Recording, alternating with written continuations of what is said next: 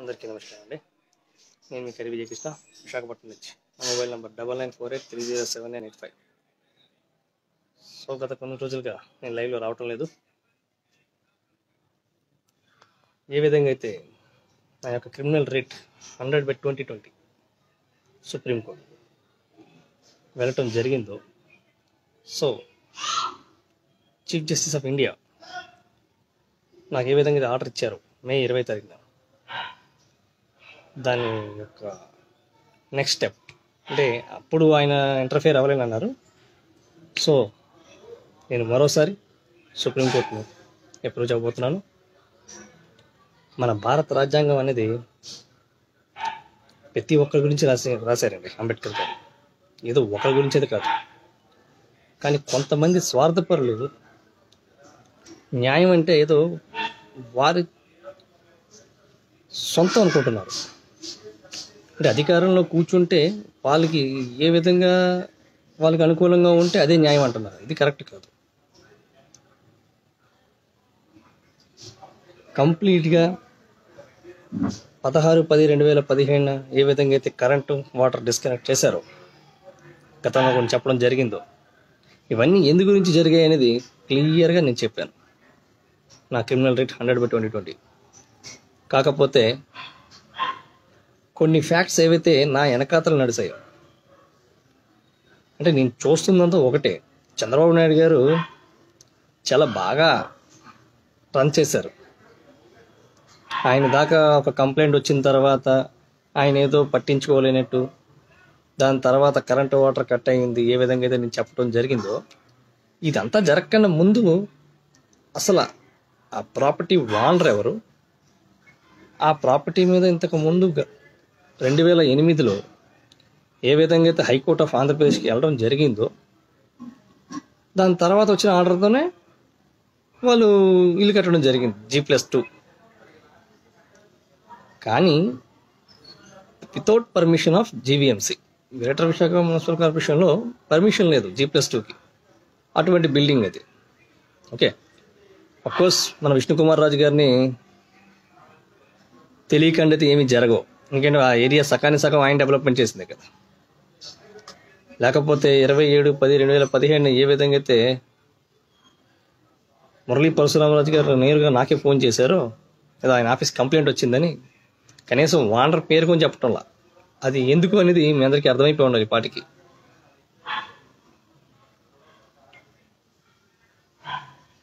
అంటే కష్టపడి పని చేసుకునేవాడు సంపాదన మీరు దోచుకుంటే చట్టం తన పని తాను చేస్తుందని ఊరుకుంటూ ఉండాలి. అసలు చట్టం ఎందుకు ఎలా పనిచేస్తుందని మాత్రం ఎవరు క్వశ్చన్ చేయకూడదు. అది వీళ్ళ యొక్క అహంకారం. నాకు అది స్పష్టంగా అర్థమైంది. కేవలం ప్రభుత్వ ఉద్యోగులు ఏదో లంచం లేని పని చేయరు అన్నట్టు రిప్రజెంటేషన్ ఎప్పుడు చేస్తారు. మన రాజకీయ నాయకుల ప్రజెంటేషన్ ఎప్పుడు అలాగే ఉంటుంది. ఏదో వాళ్ళ పార్టీ దాకా వెళ్ళిన తర్వాత, వాళ్ళ దృష్టిలోకి వెళ్ళిన తర్వాత అందరికీ న్యాయం జరిగిపోద్దని. But is the failure. మన భారత రాజ్యాంగం అంబేద్కర్ గారు రాసింది ప్రతి ఒక్కరి గురించి. నేనైతే ముందు చెప్పాను, ఇప్పుడు మరోసారి చెప్తున్నాను. అందులో మనకి ఏ హక్కులు అయితే ఉన్నాయో అన్ని హక్కులు కూడా మనకు భారత ప్రభుత్వం మనకి అందజేయవలసిందే. కానీ వీళ్ళ యొక్క సొంత స్వార్థానికి ఏ విధంగా అయితే కొన్ని పొలిటికల్ పార్టీస్, దాంట్లో నేను పేరు తీసుకోను, ఎందుకంటే ఇప్పుడు నేను ఏ పార్టీ పేరు తీసుకున్నా కొంచెం హట్ అవుతారు. అంటే ఈ పార్టీని నేను సపోర్ట్ చేస్తానండి. నేను ఏ పార్టీని సపోర్ట్ చేయనండి. ఇప్పటికీ ఒకటే అంటాను, కేవలం న్యాయం గెలవాలి, ధర్మం గెలవాలి. ఇన్ని పార్టీలు ఉన్నాయి, ఇంతమంది చూస్తున్నాయి, కానీ 14 కరెంటు వాటర్ కట్ అయ్యి ఉంది, అందరూ చూస్తూ ఉన్నారు, కానీ ఎవరు క్వశ్చన్ చేయాల. అటువంటి పరిస్థితుల్లో మన దేశం వెళ్ళిపోయిందంటే మీరు అర్థం చేసుకోవాలి. ఆయన ఎవరో చిన్నజీఆర్ గారు నా పేరు తీయకుండానే నా గురించి మాట్లాడతారు ఏప్రిల్ 4వ తారీఖున. ఏదో నాకు తెలివితేటలు ఎక్కువైపోయి ఇటువంటి పని చేస్తున్నానేమో అనేసి. మరి అంత తెలివితేటలు ఉన్న వాళ్ళే కదా WP 3812/2017 రిట్ పిటిషన్లో చాలా బాగా కనుక్కున్నారు. అసలు ఆ పిటిషన్ ఎలా డ్రాఫ్టింగ్ చేశారు, ఎవరు ఫైల్ చేశారు, నేను ఇచ్చిన అడ్వకేట్కి మ్యాటర్ ఏంటి, మ్యాటర్ ఎందుకు మార్చారు, దాని తర్వాత కౌంటర్ ఏ విధంగా యోగానంద్ గారు వేశారు. ఇవన్నీ కూడా స్పష్టంగా అర్థమైపోయింది అలా చూస్తే. ఏ విషయాన్ని వీళ్ళు దాయడానికి ట్రై చేశారండి. అంటే జ్ఞానం ఏదో ఒకరి దగ్గరే ఉండదండి, అది పరమాత్మ చేతిలో ఉంటుంది. అది ఇప్పటికీ ఒకటే అంటున్నాను కదా. ఏదో మేమే అన్నీ చేయగలం, మా చేతిలో సర్వజ్ఞానం ఉంది అనుకోండి, అది మూర్ఖత్వం అవుతుంది. కానీ నేను ఎప్పుడూ ఒకటే చెప్పాను, అన్యాయం జరిగింది చెప్పాం, మీరు న్యాయం చేయగలిస్తే చేయాలి.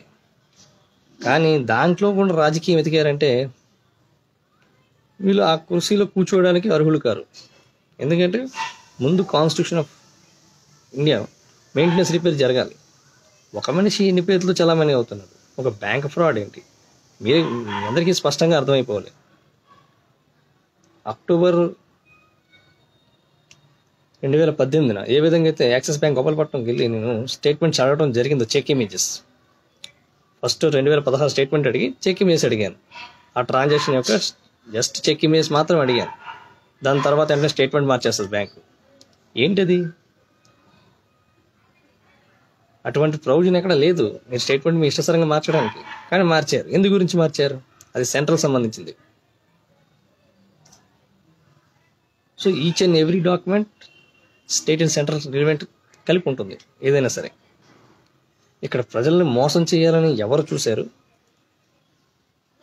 ప్రభుత్వం చేసే పనుల్లోని ఎవరు దూరి ఇటువంటి ప్రభుత్వాన్ని రన్ చేయాలనుకున్నారు అనేది స్పష్టంగా నాకు తెలిసిపోయింది. సో అందు గురించే ఎలక్షన్ క్వాష్ అనేది నేను అంటున్నాను. ఎందుకంటే ఒకసారి ఎలక్షన్ క్వాష్ అయితే కానీ అసలు సంగతి తేలదు. ఎవరు దేంట్లో ఎంతమంది ఇంటర్ఫియర్ అయ్యి ఇటువంటి ప్రొవిజన్స్ తీసుకొచ్చారండి. మన భారత రాజ్యాంగంలో లేని ప్రొవిజన్స్ ఇవన్నీ కూడా. మనకి ఎక్కడా కూడా అటువంటి ప్రొవిజన్స్ లేవు మన ఇండియన్ కాన్స్టిట్యూషన్లో. కానీ అటువంటి ప్రొవిజన్స్ తీసుకొచ్చి రన్ చేస్తున్నారు గవర్నమెంట్. బట్ ఎవరి ఇంటెన్షన్ ఏంటంటే చూడాలి కదా. ఇక్కడ నేను ఒక కేసు ఫైల్ చేసిన తర్వాత ఏం జరుగుతుందంటే మీ అందరికీ అర్థమైపోవాలి. 2020 ఏ విధంగా అయితే జరిగిందో,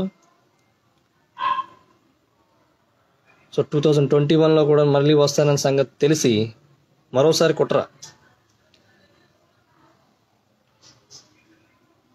ముగ్గురు, 2 ఎలక్ట్రికల్ షాపు, ఒక కస్టమర్ రూపంగా చూపిస్తూ ఓ మంచి కుట్ర పన్నారు. కాకపోతే అది ఎందుకు పన్నారు అనేది కూడా క్లారిటీ ఉండాలి. ఏ విధంగా అయితే నా యొక్క ఫ్రెండ్ ఎవరైతే ఉన్నారో అనిల్ కుమార్ ఆడియో క్లిప్ బయట పెట్టడం జరిగిందో, తనకు నా ఫోన్లో నేను లాక్డౌన్ టైంలో పనికి ఎక్కడికి వెళ్తున్నానని అడిగాడు. ఎలాగ వెళ్తున్నానో రూట్ కనుక్కున్నాడు. దాని తర్వాత ఫైన్ పడింది నాకు. సో ఓకే, నాకేం పెద్ద అది మ్యాటర్ కాదు. కాకపోతే నేను మళ్ళీ ఫోన్ చేసేటప్పుడు ఆయన చాలా జాగ్రత్తగా ఉన్నాడు. అంటే ఫైన్ పడింది, ఇప్పుడు ఎలా మాట్లాడతాడు చూద్దాం ఆగని. అంటే ఇంత టెక్నాలజీ ఆయన దగ్గరికి ఎలాగొచ్చిందో నేను తెలుసుకోలేనా? ఇదంతా జరగడానికి కారణం అక్టోబర్ 10, 2019 ఏదైతే నేను ఇండియన్ ఆర్మీకి, నేవీకి అండ్ ఎయిర్ ఫోర్స్కి రిజిస్టర్ పోస్ట్ ఏ విధంగా అయితే నేను లెటర్ రూపంగా కంప్లైంట్ పంపించానో, ఆ రోజు ఎక్నాలజ్మెంట్ ఫీల్ చేసింది మిస్టర్ అనిల్ కుమార్. అసలు మాది డెలివరీ బుక్ అయితే అయింది, కానీ రిజిస్టర్ పోస్ట్ లెటర్ వెళ్ళిందా లేదా అనేది సస్పెన్షన్లో ఉండిపోయింది. దానికే కదా పోస్టల్ డిపార్ట్మెంట్ నాకు ఆన్సర్ కొని ఇవ్వలేకపోయింది. వాళ్ళకి రీచ్ అయింది అంటున్నారు కానీ పార్సల్ నాకు రావాల్సిన ఎక్నాలజ్మెంట్ నుంచి సిగ్నేచర్ అండ్ స్టాంప్ రాలేదు రిలవెంట్ అథారిటీ నుంచి. సో అక్కడ క్లియర్ అయిపోయింది, ఏదో సమ్ మిస్సింగ్ జరిగింది ఆ రిజిస్టర్ పోస్ట్లో. దాని గురించే కదా నేను వెళ్ళింది 100కి. ఇప్పుడు నేను ఆలోచిస్తుంది మన దేశం గురించి. అండ్ ఇటు ఒక దేశానికి ఇంకో దేశానికి మధ్యన యుద్ధ వాతావరణం తీసుకొచ్చేసారు, చైనా టు ఇండియాకి. అంత దాకా తీసుకొచ్చారు అంటే అర్థమైపోవాలి ఈ దేశంలో న్యాయం ఆడటం అంత తప్ప. అంటే వాళ్ళు నచ్చినట్టుగా ఇస్తే తీసుకోమంటున్నారు. మన రాజ్యాంగంలో, మన కాన్స్టిట్యూషన్లో ఏ ప్రొవిజన్ ఉందో అదే అడిగితే మాత్రం ఎవరంటున్నారు వీళ్ళు. అది కుదరదు. ఇలా వదిలితే మాత్రం మన నెక్స్ట్ జనరేషన్ ఇంకేం మిగలదండి. మిగిలేదంతా ఒకటే, స్వార్థం. ఆల్రెడీ ప్రజల్లో చాలా వరకు స్వార్థం నిండిపోయింది. అది ఎంతగా పెరిగిపోయిందంటే ఇతరుల విషయాలు కనుక్కొని దాంట్లో రాజకీయం చేసి ఏదో ఒక 4 రూపాయలు సంపాదించుకుందాం అంతతో సరిపోద్ది అనుకుంటున్నారు. నాది ఒకటే ఆప్షన్ అండి. వాళ్ళందరికీ ఈ టైప్ ఆఫ్ ఆలోచించే వాళ్ళందరికీ ఒకటే చెప్తాను, డబ్బులు శాశ్వతం కాదు. ఒక మనిషిగా మనం పుట్టిన తర్వాత మన వ్యక్తిగత బాధ్యతలు కొన్ని ఉంటాయి. అవి పూర్తిగా మనం ఫుల్ఫిల్ చేయాలి. మనం పూర్తిగా న్యాయం చేయాలి మన దేశం గురించి. కానీ దౌర్భాగ్యం ఏంటంటే మన చుట్టుపక్కల ఉంటూ, మన దగ్గర ఫ్రెండ్స్గానే ఉంటూ మన విషయాలు ఎదుటి వాళ్ళు చేరదీసి దాంతో వాళ్ళకు వచ్చే కొంత డబ్బు లాభం, ఇంకేదైనా రాజకీయంగా కొంచెం పలుకుబడి, అంతకుమించి ఇంకేం ఉండదు. కానీ దేశానికి వాళ్ళు ఇచ్చింది ఏంటంటే వాళ్ళు చేయలేరు, వేరే వాళ్ళు చేసినా చూస్తూ తట్టుకోలేరు. ఇది మరోసారి ప్రూవ్ అయింది. మన ఎన్టీ రామారావు గారు చెప్తున్నట్టు, ఏ విధంగా అయితే ఆయన మీద ఒక అస్త్రాన్ని సంధించారో, సో అదే విధంగా నా మీదకు సంధించారు. కానీ ఆ సంధించిన బాణం ఎవరైతే పంపించారో హైదరాబాద్ నుంచి, వారి యొక్క వివరాలు బయటకు వచ్చేస్తాయని చెప్పి నవంబర్ 7వ తారీఖున ఏ విధంగా అయితే శారదాపీఠంలో శ్రీశ్రీ మన గురువు గారు తిరుపతిలో ఒక కార్యక్రమం పెట్టి ఒక షో రన్ చేశారు. ఏదో విషయాలు తెలుసుకోవడానికి మాత్రమే పంపించామని. అది తప్పండి. నేను ఇప్పటికీ ఒకటే చెప్తున్నాను, మీరు ఎవరినైతే పంపించారో వారిని స్పష్టంగా అడగండి. నేను స్పష్టంగా ఫస్ట్ రోజే చెప్పాను నేనేం చేయాలనుకుంటున్నాను, ఏం చేస్తాననేది. ధర్మం గెలుస్తుందో లేదో చూడాలి. అరే, ఒక ఆయుధాన్ని సంధించే ముందు ఎవరిపై సంధిస్తున్నాం, దేనికి సంధిస్తున్నాం అనేది చూసుకోవాలి. ఎంపైర్ లాక్డౌన్ టైంలో కేవలం విషయాలు తెలుసుకున్నారు. నేను స్పష్టంగా చెప్పానే నేనేంటనేది.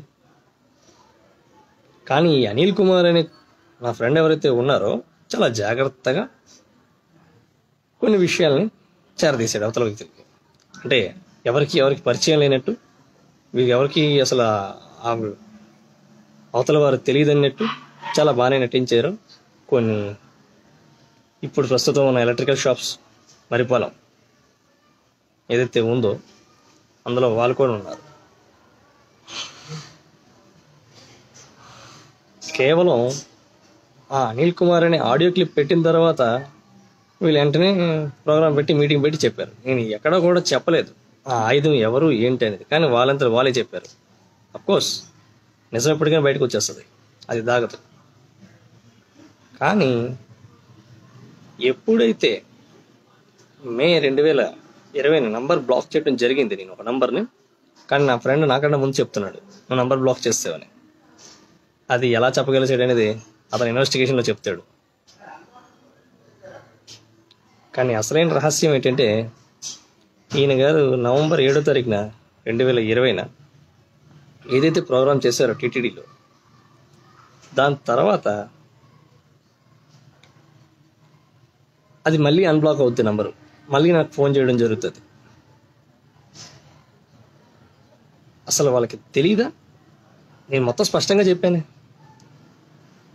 నేను కోర్ట్ ప్రాసెస్లో ఉండేటప్పుడు ఎక్కువగా ఎవరితో మాట్లాడడానికి ఇష్టపడను, ఎందుకంటే నా మైండ్ మొత్తం కంప్లీట్గా పనిలో పెడతాను. సో ఆ టైంలో డిస్టర్బ్ చేద్దామని నంబర్ ఆఫ్ టైం ప్లాన్స్ ఇప్పుడు అదే కదా. కానీ నా యొక్క ఫోన్ కాల్ ఎవరైతే మొబైల్ ఆపరేటర్ వింటున్నారో, నేను ఎవరితో ఏం మాట్లాడుతున్నాను అనేది బెటర్. నేను వినకూడదని అన్నాను, వినొచ్చు, కానీ మనం ఏం మాట్లాడుతాం అన్న క్లారిటీ మనకు ఉండాలి కదా. గతంలో కూడా ఏ విధంగా అయితే 2020 స్టార్టింగ్ జనవరిలో సేమ్ ఇటువంటి పథకం ఒకటి వేసి కుట్రపూర్వకంగా నన్ను ఆపుదామని చూశారు కోర్టుకి వెళ్ళకుండా. అఫ్కోర్స్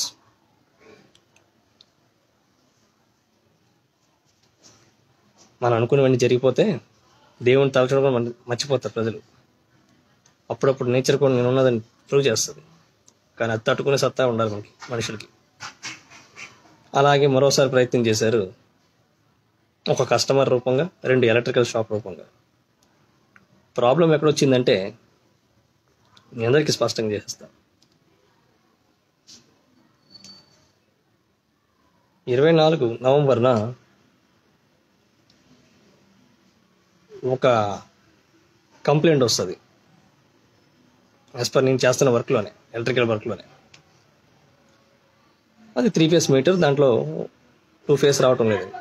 చూశాను, కంప్లైంట్ చేయమంటే కస్టమర్ చేసి వచ్చాను. డిపార్ట్మెంట్ వాళ్ళు వచ్చారు, అటెండ్ అయ్యారు, సర్వీసర్ మార్చుకోవాలని చెప్పారు. అంతా బాగానే ఉంది.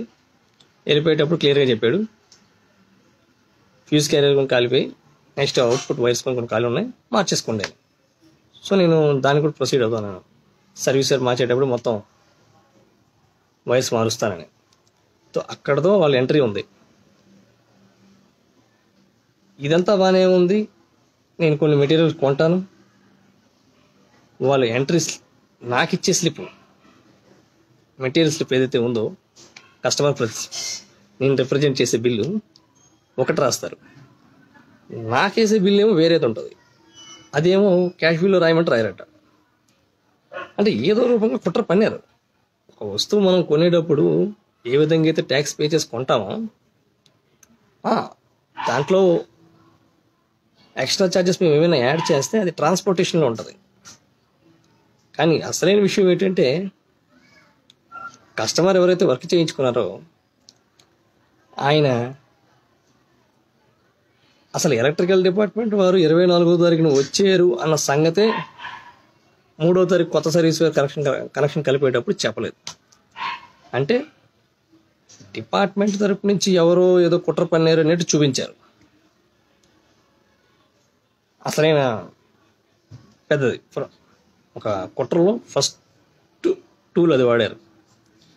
బట్ నేను చేసింది ఏ విధంగా అయితే సర్వీస్ రెడీ చేయమన్నా రెడీ చేసి ఇచ్చేసాను, అదంతా బాగానే ఉంది. కానీ విషయం ఎక్కడొచ్చింది అంటే 24 నవంబర్ వచ్చిన విషయం చెప్పలేదు. మరి ఫస్ట్ కంప్లైంట్ చెప్పాలి కదా, అప్పుడే కదా వాళ్ళు చెప్తే కదా రెడీ చేస్తాం. అది పెద్ద తప్పు చేశారు కస్టమర్. అక్కడతో ఎప్పుడైతే సర్వీస్ వారు డిపార్ట్మెంట్ వారు కలిపేశారో ఆ కలిపేటప్పుడు ఏదో ఒక వీడియో తయారు చేస్తారు. నేనేదో గతంలో 2017లో విద్యాసాగర్ గారిది వీడియో షూట్ చేశాను కాబట్టి సో మాకు మా సేఫ్టీ అన్నారు. సో నేను అదే అనుకున్నాను, అంతలో ఇంకేముందని. అంతా బాగానే ఉంది. కానీ కస్టమర్ ఎప్పుడైతే డిసెంబర్ 9వ తారీఖున నేను పేమెంట్ అడిగితే పేమెంట్ ఇస్తారు, సగం పేమెంట్ ఇచ్చి సగం పేమెంట్ ఆపేస్తారు. ఏంటో అని చూస్తే మెటీరియల్ బిల్స్ చాలా ఎక్స్ట్రా ఉన్నాయంటారు. అసలు కస్టమర్ అడగకన్నా ముందే షాప్ వాళ్ళు బిల్లే మార్చేశారు. ఐటమ్ డేట్ ఆఫ్ పర్చేస్ 2వ తారీఖు కొన్ని బిల్లు,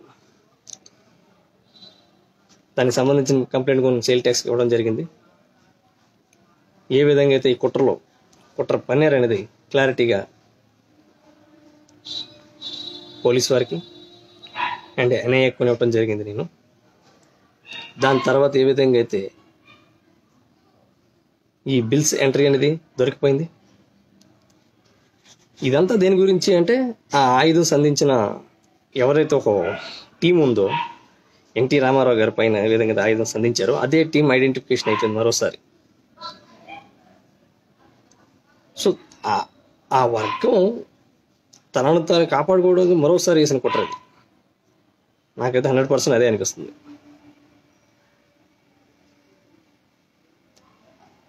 కానీ విషయం ఏంటంటే నేను ఎన్ఐఏ కంప్లైంట్ ఇస్తాను, నేను హోమ్ డిపార్ట్మెంట్ కంప్లైంట్ చేస్తాను.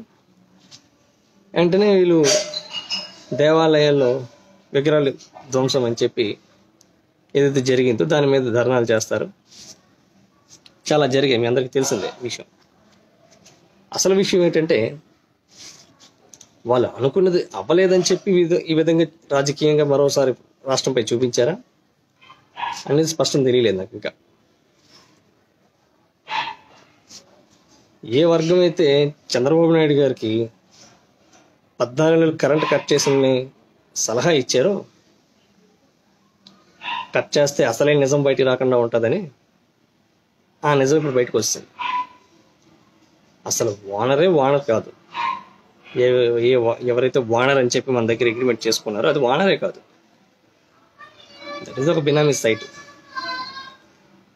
ఆ యొక్క సర్వే నెంబర్లో ఎన్ని బోగస్ రిజిస్ట్రేషన్ జరిగాయనేది కంప్లీట్గా బయటకు వచ్చేసింది. కానీ విషయం ఏంటంటే అక్కడ స్థానిక ఎమ్మెల్యే కూడా కొన్ని ఉన్నాయి, మన విష్ణుకుమార్ రాజు గారు కూడా. లేకపోతే ఆయన ఆఫీస్ కింద కంప్లైంట్ వస్తుంది. అసలు వాండర్ పేరేది కానప్పుడు మన వాండర్ నా దగ్గరికి వచ్చారని అడ్డంగా దోచుకున్నారు. ప్రజల తప్పుడు దారిలో తీసుకుని ట్యాక్స్ని అసలు ఎవరికి అర్థం కాని వేలో మీరు పట్టుకోవడానికి ట్రై చేసినా సరే మీరు వన్ సైడ్ పట్టుకుంటే ఇంకో సైడ్ నుంచి పట్టుకెళ్ళిపోతారు వాళ్ళు. అంత పగడబందిగా తోవలు పెట్టుకున్నాయి. అఫ్కోర్స్ అన్నీ బయటకు వస్తాయి అనుకోండి. కానీ విషయం ఏంటంటే ఇప్పటికీ కూడా జగన్మోహన్ రెడ్డి గారు ఎందుకు ఆ విషయాన్ని బయట పెట్టలేదు? నేను చెప్పడమే తప్ప ఆయన బయట పెట్టరు. సో నేను ఇంతవరకు చూస్తున్నా కూడా అదే. చంద్రబాబు నాయుడు గారు ఎప్పుడైతే 1100 బయటకు వచ్చిందో స్టేట్ ఆఫ్ ఆంధ్రప్రదేశ్లో విశాఖపట్నం మాత్రం అలౌ చేయమనేది, అదే విషయం మరి ఈయన టైంలో మెయింటైన్ చేశారు. ఏ విధంగా తెలంగాణ కేసీఆర్ గారు దాన్ని యాక్సెప్ట్ చేశారు. ఎప్పుడైతే సోషల్ మీడియాలో వీడియో మీకు ప్లే అవ్వటం జరిగిందో అప్పుడే తెలంగాణ గవర్నమెంట్ అడుగు ఉండాలి. అటువంటి కాల్స్ ఏం రాలేదు తెలంగాణ కానీ తెలంగాణ ప్రభుత్వం ఆ రోజు స్పందించలేకపోయింది. ఎందుకు స్పందించలేకపోయిందని దానికి ఉదాహరణ ఈరోజు హైదరాబాద్లో ప్రస్తుతం జరుగుతున్న సిచ్యువేషన్ అదే.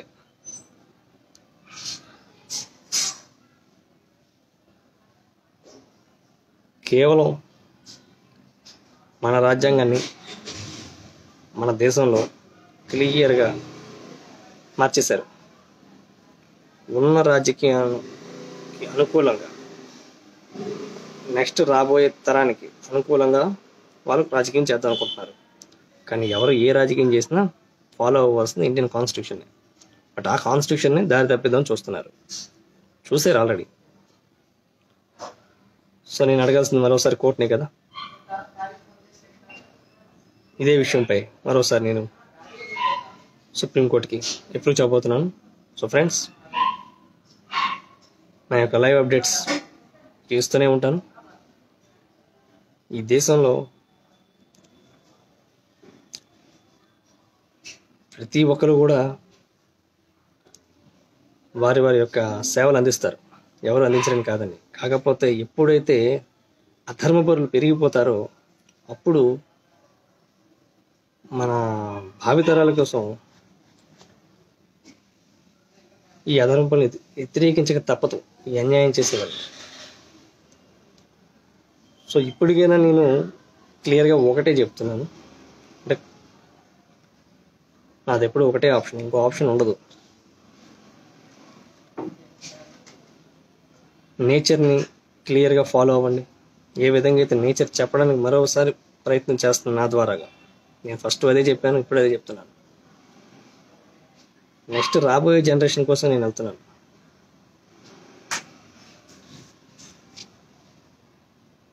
వాళ్ళ కోసం ఇంకేం మిగలదండి. కేవలం కెమికలైజేషన్తో తయారైన ఫుడ్సే మిగులుతాయి. అన్ని వైపులు కూడా మీకు కరప్షన్ అనే ఒక ట్యాగ్ లైన్ తగిలించి రాజకీయంతో బ్లాక్ మెయిలింగ్ చేసే ఎంప్లాయీసే మిగిలిపోతారు. ఆల్రెడీ చాలా వరకు బ్లాక్ మెయిలింగ్తోనే పబ్లిక్ సర్వెంట్ కంట్రోల్ చేయడం జరుగుతుంది. సో అది మొత్తం క్లియర్గా అర్థమైన తర్వాత నేను 100 పిటిషన్ వేశాను. ఇప్పుడు నేను ఆ ఒత్తిడిని తీయడం కోసం మరోసారి వెళ్తున్నాను. పబ్లిక్ సర్వెంట్ పబ్లిక్ కోసం ఉన్నారండి. ఏ విధంగా అయితే నా ముందున పోలీసుల యొక్క బిహేవియర్ నా ముందున ప్రజెంటేషన్ చేశారో అది మీ అందరికీ కూడా ఒక స్వింగ్ ఆపరేషన్లో చూపించడం జరిగింది. కానీ ఇంత జరుగుతున్నా సరే హైకోర్టు ఆఫ్ ఆంధ్రప్రదేశ్ ఎందుకు అడగలేదో నాకు ఇప్పటికీ అర్థం కాలేదు. వాళ్ళ దగ్గరే ఉన్నాయి డాక్యుమెంట్స్, కానీ ఎందుకు అడగలేదు అనేది దాని పెద్ద క్వశ్చన్ మార్క్. ఎవరు ఆ వ్యక్తి? ఈ రాజకీయాన్ని ఇలాగే తీసుకెళ్లాలని నిర్ణయించారు. అది నేను చూడాలనుకున్నాను. నా యొక్క లీగల్ ఫైట్ ఏదైతే చెప్పానో, గతంలో కూడా చెప్పాను, ఇప్పుడు మరోసారి చెప్తున్నాను. కేవలం దేశం కోసమే. అఫ్కోర్స్ నేను సంపాదించిన సంపాదనలో 90% ఖర్చు పెడుతున్నాను. ఏ యొక్క పొలిటికల్ పార్టీ సపోర్ట్స్ నాకు లేదు. కొంతమంది సోషల్ మీడియాలో మిత్రులు ఎవరైతే ఉన్నారో నాకు అమౌంట్ ఇవ్వడం జరిగింది 2019లోనే. సో అవన్నీ కూడా నేను ఎంట్రీ చేసి ఉంచడం జరిగింది. కాకపోతే ఏదైనా సరే మనం అందరం కలిస్తేనే ఒకటి అవుద్దండి. ఇది ఒక క్యాస్ట్, ఒక మతం గురించి ఆలోచించకండి. కేవలం దేశం గురించి ఆలోచించి మాత్రమే నాకు ఈ లీగల్ ఫైట్లో సపోర్ట్ చేయండి. నేను మరోసారి కోరుకుంటున్నాను. కేవలం ఒక మతం, ఒక కులం అని చెప్పి రంగు పోసి దాంట్లో రాజకీయం చేసుకునే రాజకీయ నాయకులు తగ్గాలి. ఇంకా దేశం మొత్తంలో ఒకటే కాన్స్టిట్యూషన్ ఉంది, స్టేట్కి ఒక కాన్స్టిట్యూషన్ లేదు. బట్ ఫాలో అయ్యేది మాత్రం ఇక్కడ అదే. ఎవరికి ఎప్పుడు ఎలా అనుకూలంగా ఉంటే అలా ఫాలో అవుతున్నాయి. ఇప్పుడు ఆ ఒత్తిడి ఆల్మోస్ట్ తీసాను నేను.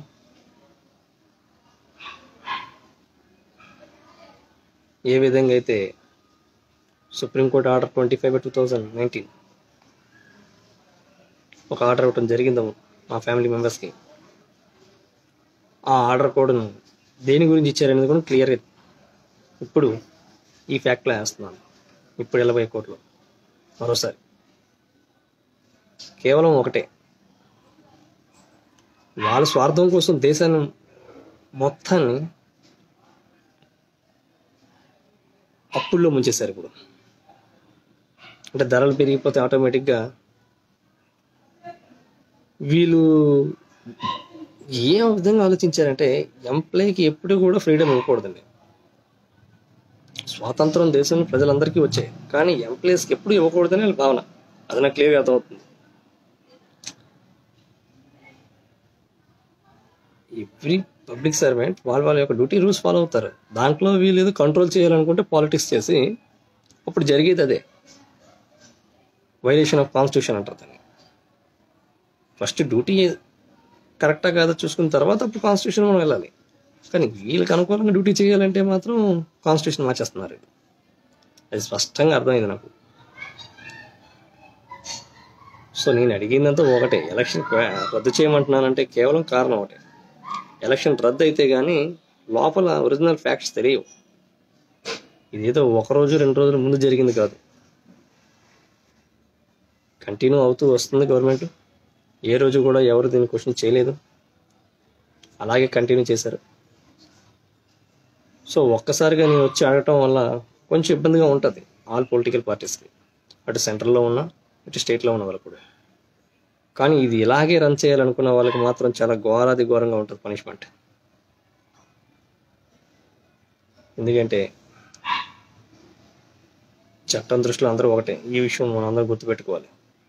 అది ఏ రాజకీయ పార్టీలో ఉన్న రాజకీయ నాయకులైనా సరే, యాజ్ ఎ కామన్ మ్యాన్గా ఉన్న ఎవరైనా సరే, యాజ్ పర్ ఇండియన్ కాన్స్టిట్యూషన్ ప్రకారంగా న్యాయం దొరికే హక్కు అందరికీ ఉందండి.